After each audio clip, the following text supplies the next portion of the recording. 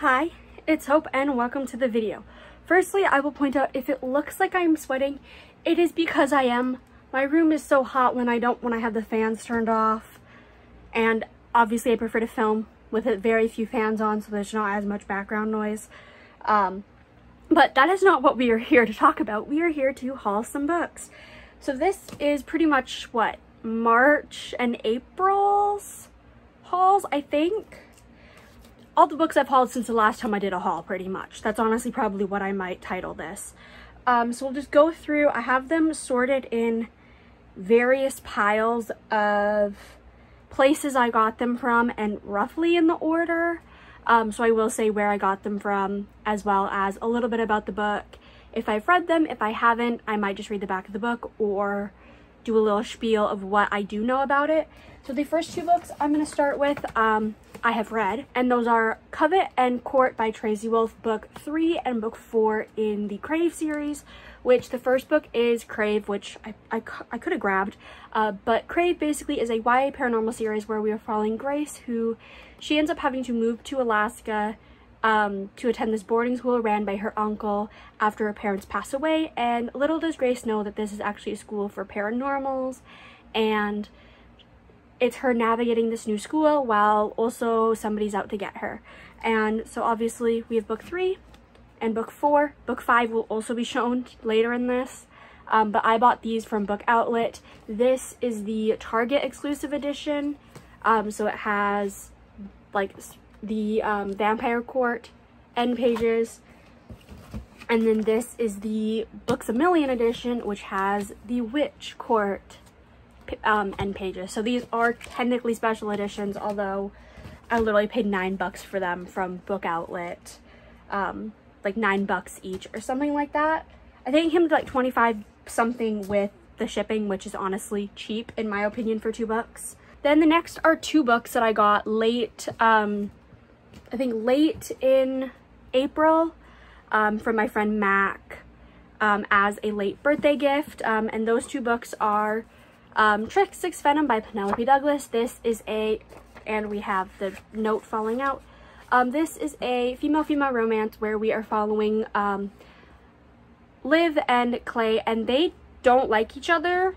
They are on the like same lacrosse team, and they don't like each other. They don't get along because Clay is very much a rich girl and Liv is very much poor, and the only reason that Liv ends up going to the school that Clay does, which is more of like a nicer school, is because of a scholarship. And at some point the hating each other turns into something else, which then eventually slowly turns into love. And this is one of my favorite female romance books I have ever read.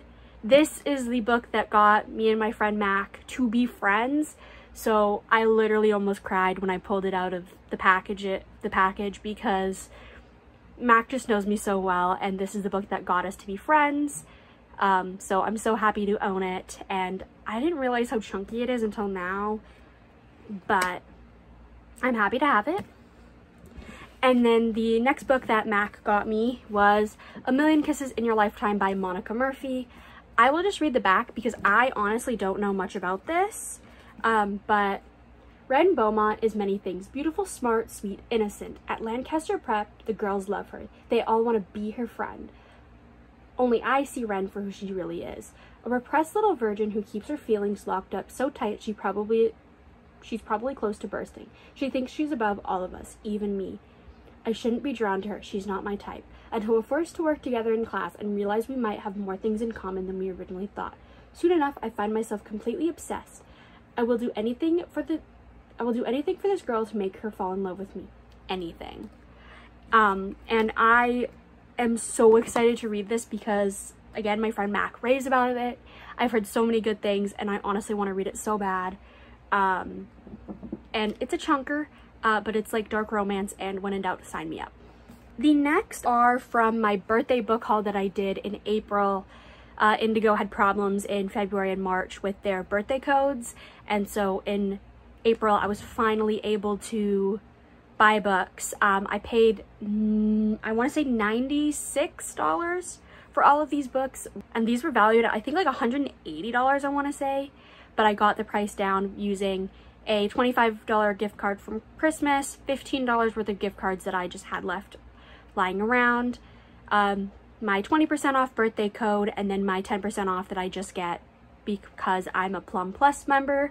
So we'll just go through the list. The first book is Charmed by Tracy Wolff, which is the 5th book in the Crave series. I don't need to describe this because I already described it, but this I'm actually reading this month. Next is The Fine Print by Lauren Asher. I've read the back of this book, yet I don't know what it's about, so we're gonna reread the back. Rowan. I'm in the business of creating fairy tales, theme parks, production companies, 5-star hotels. Everything could all be mine if I renovated Dreamland. My initial idea in hiring Zara was good in theory, but then I kissed her. Things spiraled out of control once I texted her using an alias. By the time I realized where I went wrong, it was too late. People like me don't get happy endings, not when they're destined to ruin them. Zara. After submitting a drunk proposal criticizing Dreamland's most expensive ride, I should be fired. Instead, Rowan Kane offered me a dream job. The catch? I had to work with the most difficult boss I've ever met. Rowan was rude and completely off limits, but my heart didn't care, at least not until I discovered his secret. It was time to teach the billionaire that money couldn't fix everything, especially not us. I'm so excited to read this. This is yet another book that my friend Mac raves about, so I had to buy it. The next 2 books are just books that I already own copies of these, but I just wanted the new covers, and that is A Court of Thorns and Roses and A Court of Mist and Fury by Sarah J. Maas. I want to buy these covers. Originally I didn't, but then I said, you know what, fuck it, I want to buy them. So A Court of Thorns and Roses basically follow a human named Feyre who she ends up killing this wolf that is actually a fae, and as her like punishment for killing this fae, she ends up having to go to the fairylands and basically live in the spring court under the High Lord's rule as her punishment, and things go from there. And obviously there's multiple books in the series, so obviously A Court of Mist and Fury is following that, and this is low-key my favorite book in the series. But yeah, I have 2 copies of these now. I have the original paperbacks and the new paperbacks. The next book is Delilah Green Doesn't Care by Ashley Herring Blake. I honestly don't know anything about this. Delilah Green swore she would never go back to Bright Falls. Nothing is there for her but memories of a lonely childhood in which she was little more than a burden to her cold and distant step-family. Her life in New York with her photography career finally gaining steam and her bed never empty. Sure, there's a different woman in it every night, but that's just fine with her. When Delilah's estranged stepsister Ashwood pressures her into photographing her wedding with a guilt trip and 5-figure check, Delilah finds herself back in the godforsaken town she used to call home. She plans to breeze in and out, but then she sees Claire Sutherland, one of Ashwood's stuck-up besties, and decides that maybe there's some fun and a little retribution to be had in Bright Falls. Having raised her 11-year-old daughter mostly on her own while dealing with her unreliable ex and running a bookstore, Claire Sutherland depends on a life without surprises, and Delilah Green is an unwelcome surprise at first. Though they've known each other for years, they didn't really know each other, so Claire is unsettled when Delilah figures out what exact buttons to push. When they're forced together during the gauntlet of wedding preparations, including a plot to save Ashwood from her horrible fiancé, Claire isn't sure she has the strength to resist Delilah's charms. Even worse, she's starting to think she doesn't want to.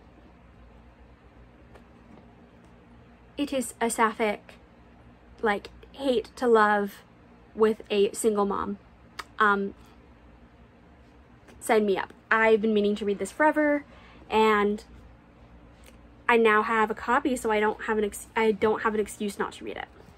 Next is Loath to Love You by Ali Hazelwood, which this is just a collection of her like novellas, which are Under One Roof, Stuck on You, and Below Zero, and they are all kind of like hate to love novellas. I don't really feel like explaining much more of that because there's 3 different books in here, but yeah. I also got House of Sky and Breath by Sarah J. Maas, the hardcover. I shockingly don't own this. I didn't own this until now. But this is the first book in one of Sarah J Maas's series. So this basically, we are following Bryce, who she ends up being asked to help out on an investigation about a murderer that was prevalent like 2-ish years ago. They thought they caught the guy, turns out they didn't, and Bryce has a very personal connection to this killer, and so she agrees to help out like the investigation team, but it's a very dangerous job. So she ends up getting assigned a bodyguard of Hunt Athalar, who is a fallen angel, and it is her figuring out this investigation and other things going on. And this is a adult fantasy. Bryce is half fae. Obviously we have Hunt, who is a fallen angel, and there are so many other magical creatures within this book. I love this I love these books so much. I also have my fairy loot copies literally coming, I think within a couple weeks, honestly. Fingers crossed. But I figured I need to get a hardcover copy, so I bought it because it ended up being dirt cheap compared to the regular price of $40. I think I got it for like $20, so like it was like basically half off. And the final book for that birthday haul is King of Wrath by Anna Huang, which is the first book in the Kings of Sin series. And basically in this we are following Vivian and Dante, and they end up having to be placed in this arranged marriage for reasons. Dante is being blackmailed by Vivian's father, and Vivian just wants to please her parents, and so the two of them go into this arranged marriage, and this arranged marriage eventually turns into more. And I loved this. I read it already, but I was so happy to buy it. So yeah. The next are a set of 4 books that kind of have random things. 2 of them were from my library's book sale, which is Every Heart a Doorway by Shauna McGuire. My library is doing a book sale of like used books, and so I bought this, which this is a YA portal fantasy where basically in this series we are following these children that have entered these worlds, these other worlds, like through portals, and now they have come back to the real world and they're unable to get back to their like portal world, and they have to rehabilitate. So they end up going to, I think it's Eleanor West's Home for Wayward Children, and these are all novellas, and this is what, Nancy's story after she ends up leaving her world. And so I figured for $1 I might as well buy it because I read it and I liked it and I want to reread the series. And the next book is Pet by Akwege Emezi. I honestly don't know anything about this except it's kind of hyped, so I'm going to just read this. There are no monsters anymore, or so the little children in the city of Lucille are taught. Jam and her best friend Redemption have grown up with the lessons of their lives. But when Jam meets Pet, a creature made of horns and colors and claws, who emerges from one of her mother's paintings and a drop of Jam's blood, she must reconsider what she's been told. Pet has come to hunt a monster, and the shadows of something grim lurk in Redemption's house. Jam must fight not only to protect her best friend, but also uncover the truth and to answer the question of how do you save the world from monsters if no one admits they exist. And so this is a like young adult, and it I've heard very good things about it, so I figured I'll buy it. The next book is from my friend Nikki. She was unhauling this, and I figured if she's gonna just send them to friends, I'll take it. And so Nikki, thank you so much for Running Wild by K.A. Tucker, which is the 3rd book in the Wilds series. And this is the 3rd book. It's a series of standalones, so technically I could read this, but I am a perfectionist and I need to start with book 1, but I have book 3 for whenever I do read the series. This next book I'm honestly so hyped for, because once you see it you'll understand, is I bought my own book. I bought my own book. I have to include it in a book haul. I bought a proof copy of my own book, which it's so insane that I have this copy in my hands. Like, this is just a proof copy. This is, I'm gonna eventually get a proper cover, but I needed a placeholder. And so this, I've never had to pitch my own book before, really. But this is a new adult contemporary romance, where basically we are following River and Griffin. River is pretty much just trying to get through his final year of high school while staying in the closet because he has very homophobic parents. And then we're also following Griffin, who he recently moved towns after a not so good event happened to him, and he's just kind of trying to figure out this new part of his life while dealing with school, obviously his life, and he kind of doesn't really have a plan, maybe make a friend or two, but that's all he knows that he can handle. But when the two of them meet, kind of both their plans go out the window, and it goes from there. And I have a copy of my own book. It's already fucked up. But I figured I had to include this in this haul because, well, it's mine. It's my words on the page. It counts as a book. I paid for it. And so, yeah, I figured haul it, a little self-promo. It's available for pre-order now. Ebook only currently because Amazon doesn't let you do paperback pre-orders. But I'm fingers crossed that this can end up actually in other people's book hauls within the next, like, 6 months maybe. Who knows? And then the final books that I hauled accidentally. When I say accidentally, I mean that I went to go pick, like the other day, I went to go pick up my medication from like my drugstore, and literally 2 doors down there was a book sale for my local like mental health organization, and I went, I'll just see if there's anything. I have cash in my wallet, might as well.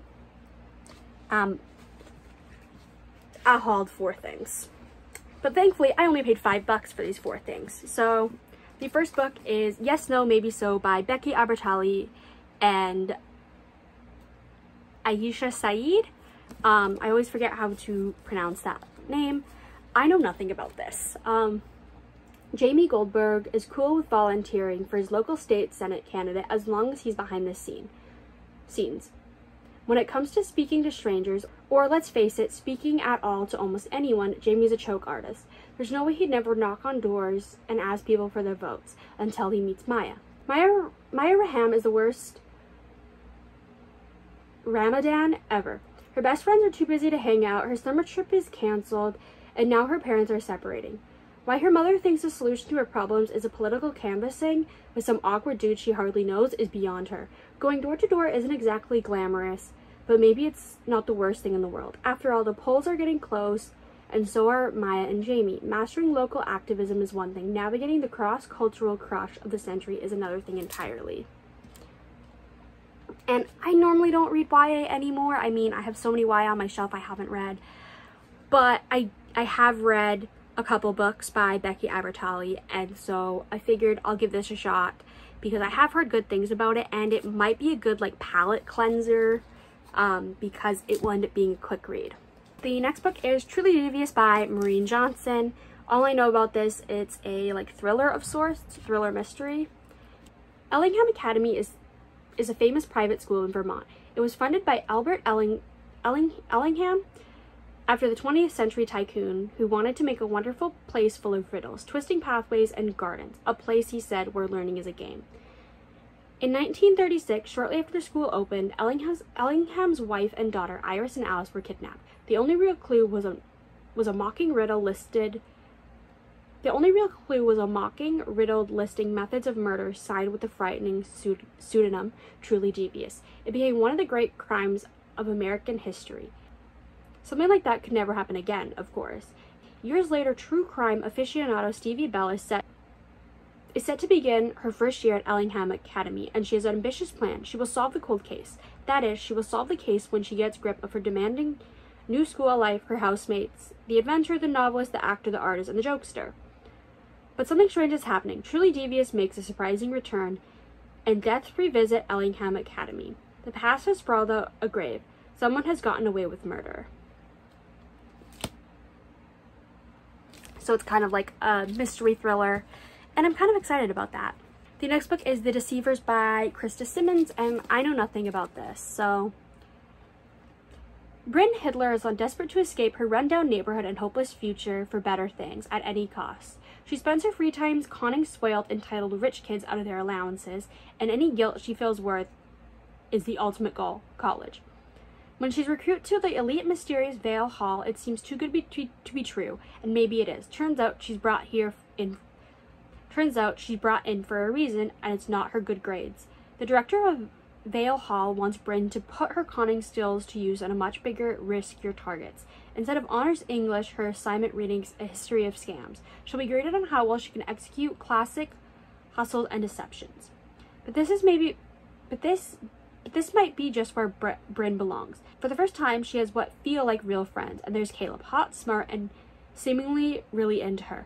Then again, they're all basically professional liars. The only one who seems honest is the senator's son she's been assigned to con for her semester project, but he wouldn't be her mark if he wasn't hiding something. As truth and lies begin to blur all around her, Bryn will have to decide how far she's willing to go to get what she wants, and how much of her true self she's worth risking. Honesty may be the best policy, but at Vale Hall, cheaters always win. This sounds interesting, and my friend Clint has read this and liked it, so maybe I'll like it. And the final book is Clockwork Angel by Cassandra Clare, which is the first book in the Infernal Devices series, which is one of the many books in the Shadowhunter series. In this, basically, we follow Tessa, who she ends up traveling to London to find her missing brother. And instead of finding her brother, she ends up getting kidnapped and then ends up being rescued by two Shadowhunters, Will and Jem, and ends up basically finding out that demons are real and that there are these Shadowhunters, which are humans with angel blood, that kind of rid the world of these demons. And we go from there. And do I already own a copy of this? Yes. Did I buy another copy because I don't own the hardcover? Yes. Do I care? No. I saw this and went, you're coming home with me.